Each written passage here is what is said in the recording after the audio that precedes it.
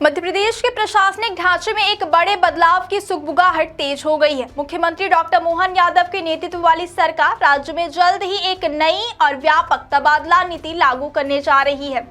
राजनीतिक और प्रशासनिक गलियारों में छनकर आ रही खबरों के मुताबिक वर्ष 2026 की यह बहुप्रतीक्षित तबादला नीति लगभग तैयार हो चुकी है और इसे अंतिम रूप दिया जा रहा है। माना जा रहा है कि 15 मई से 1 महीने की अवधि के लिए तबादलों पर लगा प्रतिबंध पूरी तरह से हटा लिया जाएगा, जिससे हजारों कर्मचारियों और अधिकारियों को मनचाही पोस्टिंग या प्रशासनिक जरूरतों के हिसाब से नई जिम्मेदारियां मिल सकेंगी।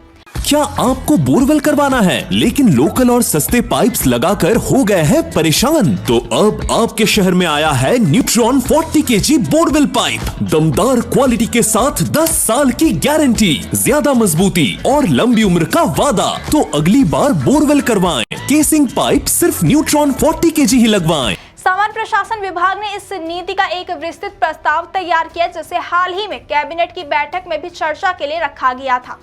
मुख्यमंत्री मोहन यादव ने स्पष्ट निर्देश दिए हैं कि इस नीति को लाने में अब और देरी नहीं की जानी चाहिए। उन्होंने विभाग के अधिकारियों को स्पष्ट किया है कि पिछली बैठकों में हुए विमर्श के आधार पर इसे तत्काल प्रभाव से क्रियान्वित करने की दिशा में कदम उठाए जाएं। सरकारी सूत्रों का कहना है कि 15 मई तक नई गाइडलाइंस जारी हो सकती है, जिसके साथ ही प्रदेश में तबादला सत्र का आगाज हो जाएगा। यह विंडो संभवतः 1 महीने के लिए खुलेगी ताकि मानसून और आगामी विकास कार्यों से पहले प्रशासनिक जमावट पूरी की जा सके।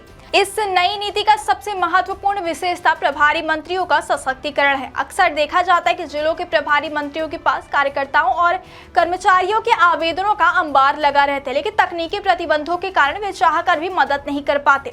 मोहन सरकार की इस प्रस्तावित नीति में जिलों के प्रभारी मंत्रियों को तबादलों की सिफारिश करने और उन पर निर्णय लेने के व्यापक अधिकार दिए जा रहे हैं। कैबिनेट बैठक के दौरान यह बिंदु प्रमुखता से उठा कि मंत्रियों के पास जमीनी स्तर की फीडबैक होती है, जिसका उपयोग सही व्यक्ति को सही स्थान पर नियुक्त करने के लिए किया जाना चाहिए।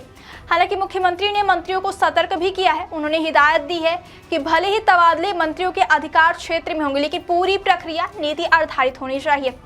पारदर्शिता और नियमों का पालन अनिवार्य होगा ताकि सरकार पर पक्षपात के आरोप न लगे। कैबिनेट की चर्चा के दौरान खाद्य मंत्री गोविंद सिंह राजपूत ने एक महत्वपूर्ण तकनीकी सुधार का प्रस्ताव रखा है। वर्तमान व्यवस्था के मुताबिक छोटे कैडर जैसे 200 कर्मचारियों का समूह केवल 20 तबादले ही संभव हो पाते हैं। मंत्री राजपूत का तर्क है कि स्वैच्छिक स्थानांतरण चाहने वाले कर्मचारियों की संख्या बहुत अधिक होती है। ऐसे में इस सीमा या प्रतिशत को बढ़ाया जाना चाहिए। इस प्रस्ताव पर सरकार गंभीरता से विचार कर रही है, क्योंकि यदि यह स्वीकृत होता है तो प्रदेश के हजारों तृतीय और चतुर्थ श्रेणी कर्मचारियों को बड़ी राहत मिल सकती, जो वर्षों से अपने गृह जिले या विशेष परिस्थितियों के कारण स्थानांतरण की प्रतीक्षा कर रहे हैं।